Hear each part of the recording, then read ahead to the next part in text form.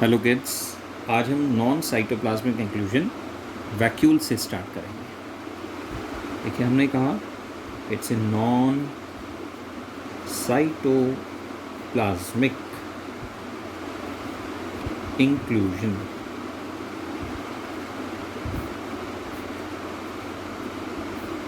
देखिए, इसका साधारण शब्दों में अर्थ यही है कि सेल के अंदर का वो हिस्सा या एक वो पार्ट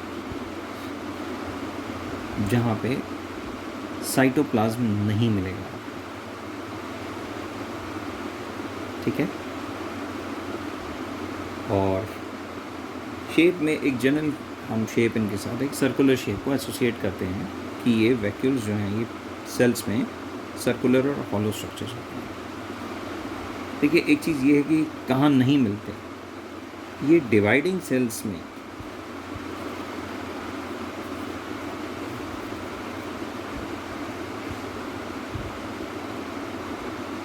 हमें नहीं मिलेंगे जनरली, और साथ ही ये they cannot be found in cells which are associated with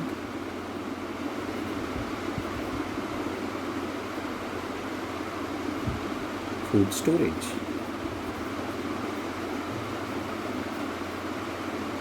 tissue वाले चैप्टर में हम पढ़ेंगे प्लांट्स के कुछ ऐसे सेल्स होते हैं जिनमें वैक्यूल्स नहीं मिलते, तो ध्यान रखिए।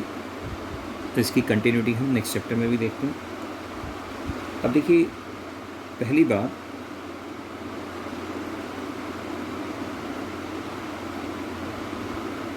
कि ये मेम्ब्रेन बाउंड होते हैं, इसीलिए यूकैरियोटिक सेल्स में आ गए। इनका कंटेंट क्या होगा, क्या भरा हुआ होता है, क्या स्टफ्ड है, तो याद रखिए इनमें नॉन लिविंग लिक्विड और सॉलिड कंटेंट, लिक्विड और एंड सॉलिड कंटेंट होता है बेटा। ठीक है।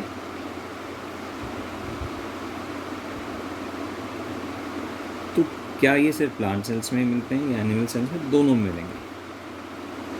Found in both plant and animal sales.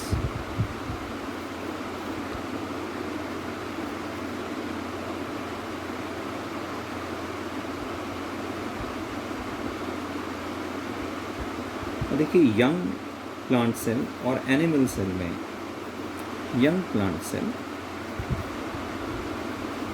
And animal cell have small vacuoles. याद रखने वाली बात है।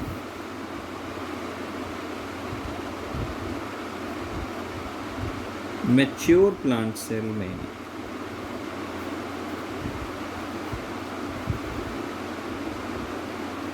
Have a central vacuole.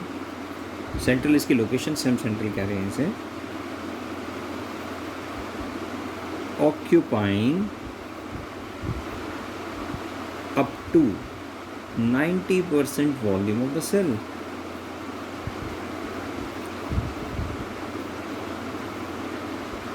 देखिए, बहुत इंटरेस्टिंग बात है कि अगर सेल में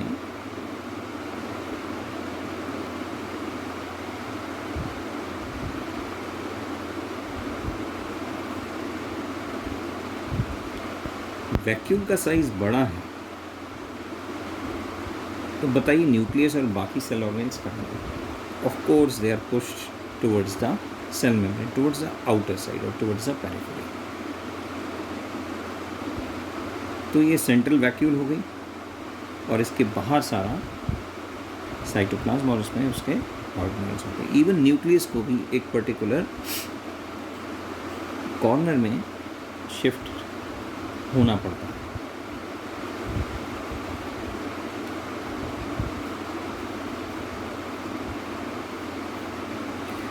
देखिए, इस मेम्ब्रेन को हम टोनोप्लास्ट कहते हैं। याद रखिए, बड़ा अलग सा नाम है, इसलिए एग्ज़ाम में पूछा जा सकता है आपसे। तो भाई टोनोप्लास्ट क्या हुई, ये जो मेम्ब्रेन है कैसी है, ये सिंगल लेयर, यानी कि सिंगल मेम्ब्रेन है, डबल मेम्ब्रेनस नहीं है, जैसा कि आपने देखा था क्लोरोप्लास्ट और माइटोकॉन्ड्रिया में।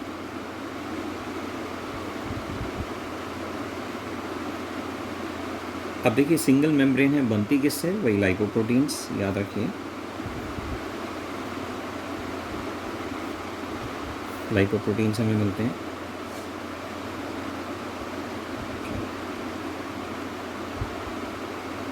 अब देखिए प्लांट सेल में अगर ये इस पर्टिकुलर वॉल्यूम को ऑक्यूपाई कर रही है, सोचिए थोड़ा सा इम्पोर्टेंस वाली बात होगी।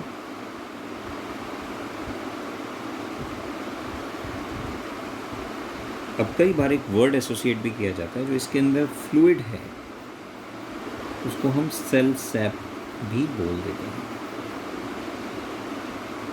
हम 10th क्लास में सेल सैप को वाटर एब्जॉर्प्शन बाय रूट्स और एसेंट ऑफ सैप में भी पढ़ेंगे, तो थोड़ा याद रखिए, हम इसको वहाँ पर एसोसिएट करेंगे। अब इसके अंदर मिलता क्या है, जैसा कि हमने देखा कि ये लिक्विड और सॉलिड कंटेंट रहता है। ये एक बड़ा अच्छा सा मज़ेदार तरीका है याद करने का।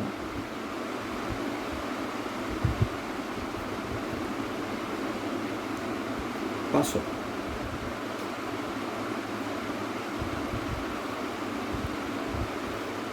देखिए, इसको अगर हम एक्सपेंड करेंगे तो पी से हमें प्रोटीन्स, ए से बताइए बच्चों क्या बन सकता है, ए से अमीनो एसिड्स,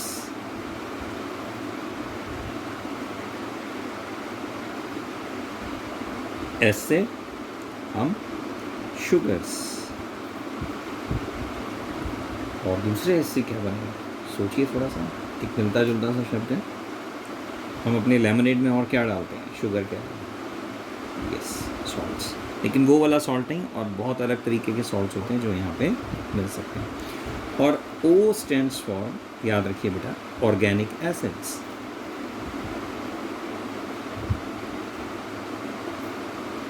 टेंथ क्लास में फिर हम ऑर्गेनिक एसिड्स के बारे में केमिस्ट्री के चैप्टर में पढ़ेंगे। फिलहाल हम यहाँ याद रखते हैं कि जो मिलने वाला कंटेंट है वैक्यूल के अंदर, जो फ्लूइड फॉर्म में या सॉलिड फॉर्म में मिलेगा, तो वो protein, amino acids, sugars, salts और ऑर्गेनिक एसिड्स हो सकते हैं।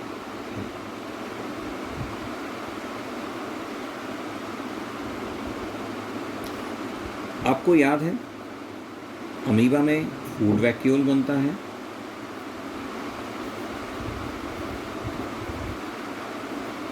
और एक एक्सक्रीटरी वैक्यूल बनता है।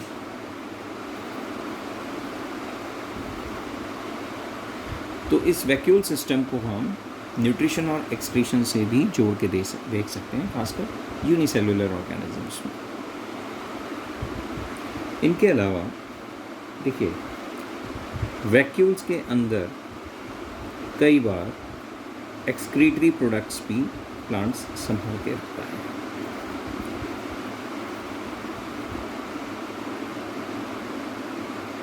देखिए एक यूनिक सी बात हो गई कि एक्सक्रीटरी प्रोडक्ट है जिसको बाहर जाना है, लेकिन फिर भी इसे सेल थोड़े समय के लिए संभाल के रखता है। तो vacuoles are the site of this dumps. तो ये एक डंपिंग साइट भी हम समझ सकते हैं। याद रखिए ये they are not going to be stored forever, ultimately they will be passed out. अंततः इन एक्सक्रीटरी प्रोडक्ट्स को सेल से बाहर जाना है।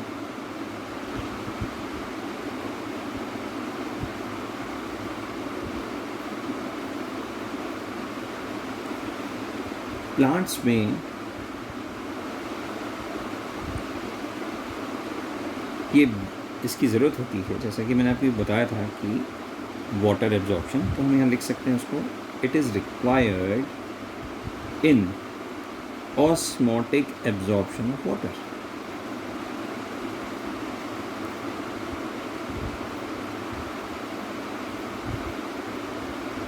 इसको समझते हैं छोटा सा, हालांकि 9th में इतना डिटेल में नहीं है। देखिए ये रूट हेयर है, छोटा सा हमने बहुत रूट हेयर बना दिया।